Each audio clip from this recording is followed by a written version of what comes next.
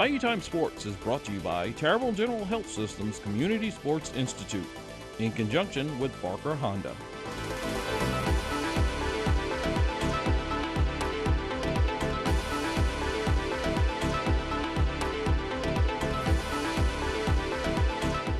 And I think particularly early in camp, this is going to be a great thing for us. One, to get some reps next to a few different guys, in case some unfortunate thing does happen. But also, it's giving us more competition. And I think it's able to keep some guys fresher too as well. So I think there are some good things that we're going to come from this. And early in camp, I think it's great. I know the guys are liking it. The coaches are liking it. It's getting us more familiar with each other and understanding our teammates a little bit better. As a lineman, a little more energy when the pads come on. Yeah, definitely. It's real. I think it's easy as a lineman, offense or defensive lineman, to make excuses when we're in jerseys or, the little shell type of things that we wear. So now there's no excuses. It's real football. We're playing. We can understand now. Okay, here's what changes when the pads come on. Here's how the speed changes. Here's how your technique matters more now than ever. So it's real football, and it's why we're here. Are you okay with the notion that you're sort of competing for a starting spot at multiple spots? Are you okay with being that guy? Yeah, I think this is my 10th season, and the 9 before have all looked pretty similar to this for me, and it's made a career for me, and so I'm very grateful for that.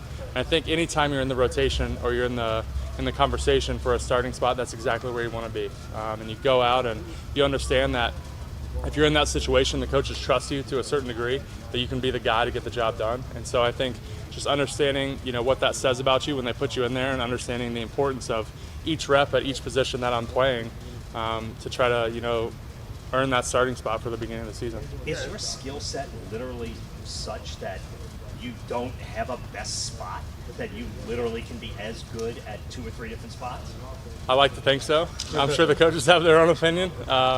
But I like to think so, yeah. I like to think that no matter where I'm at, they're getting the same caliber of player in me, whether I'm left tackle or left guard, and that's something that I pride myself in. I want to be able to come in, if I'm coming off the bench or, substituting for an injured player, I want to be able to come in and there's no drop-off. And that's what I want the guys on the team. I want Derek to trust that that's going to happen, and I want the people next to you, I want them to trust the same thing. And Jay, I was going to ask along those lines. I mean, when you first came here, obviously you were projected to be a backup, and now that they're giving you every opportunity to win a starting job, not knowing where that might be. I mean, does that show that you feel like you've earned something based on merit here with the staff? I think there's something to be said for that, sure. I think if they didn't trust me, I wouldn't be getting these reps. They just leave me down in the second group. So I'm very grateful for the opportunity, and I think the past years have been important in setting up where we are today. But I also know that this league is all about what have you done for me lately.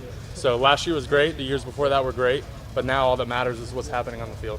Is it easy to go back and forth like that, attack guard, or are you just kind of used to it at this stage? I think I am used to it. I've had a lot of experience doing it. I'll say I think it's more difficult to go from the left side of the line to the right side because your stance switches, so your feet switch, your footwork is backwards, and particularly your ability to brace against a power rush is a lot more difficult. So understanding the muscles, they completely flip. So I think that's more difficult going side to side. So I am grateful that it's left guard and left tackle. That makes it a little bit easier. Now, Jay, with that being said, how would you describe that you can see tackles that can play guard, but not necessarily guards that can play tackle? Is it with their footwork? I think it depends. The positions have a different demand, a lot more strength inside, ability to sit down and power rush and move a guy off the ball. And then at tackle, you got to have more finesse, more foot speed, ability to keep up with that defensive end. So I think it can change depending on the player that you're talking about, because some guys are able to translate better. They understand, your strengths at tackle aren't necessarily strengths at guard, and your strengths at guard aren't necessarily strengths at tackle. So I think it's when they can understand, okay, this is what I need to do inside, or this is what I need to do outside, that gives them a better chance to be able to move around and have success. What's the biggest thing you've noticed with Trevor Penning coming back after some time off? He looks fast. He looks fresh. I mean, obviously everyone knows he's huge, big, strong guy. But his quickness, man, he looks really good early on. I think he's excited. I know he's excited to be out there and be healthy.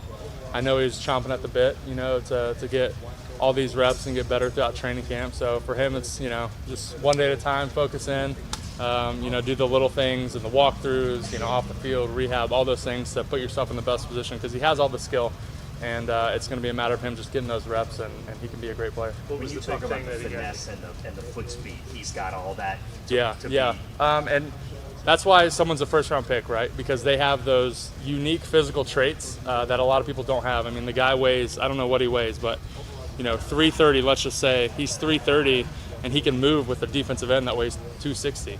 But at the same time, he can move a 3 technique off the ball 4 or 5 yards. So it's a unique skill set for sure. He just got to learn the techniques and how to harness that in. But that is going to put him in a good position for success for sure. Yeah, what's the number one harnessing thing that by the end of last season that he knew he was going to have to bring to the field when he got back on it? Say that again. Like in harnessing his skills, like Yeah. the stuff that's not natural. Like, Yeah, what has and he had to work on most of it? I think that for him, it's just like he has this motor, right? Like he'll block someone for 11 seconds, which the fact that you can even stay on someone for 11 seconds in the NFL is impressive. But just reining in and understanding, like, okay, like this play, like I can do it, I can get after it. And then some plays being like, okay, this looks like it might be a pressure, I need to be a little off, wait, let them come to me type of situation. So I think it's just understanding the big picture of the game and, when he needs to bring it or when he needs to, just slow down a little bit, if you will.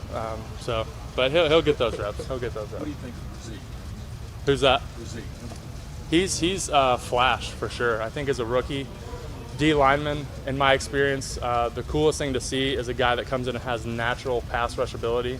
He understands how to move his hips out of the hole and give the offensive lineman a small target. He understands that. He knows how, he tries the first move, it doesn't work. He's going to go into a counter very quickly, which is typically something players learn as they get older. So it's been cool to see a guy come in, highly touted as he is, and we invested a lot in him, but he's coming early and he's flashed and made some good plays, particularly rushing the passer. Coach said he's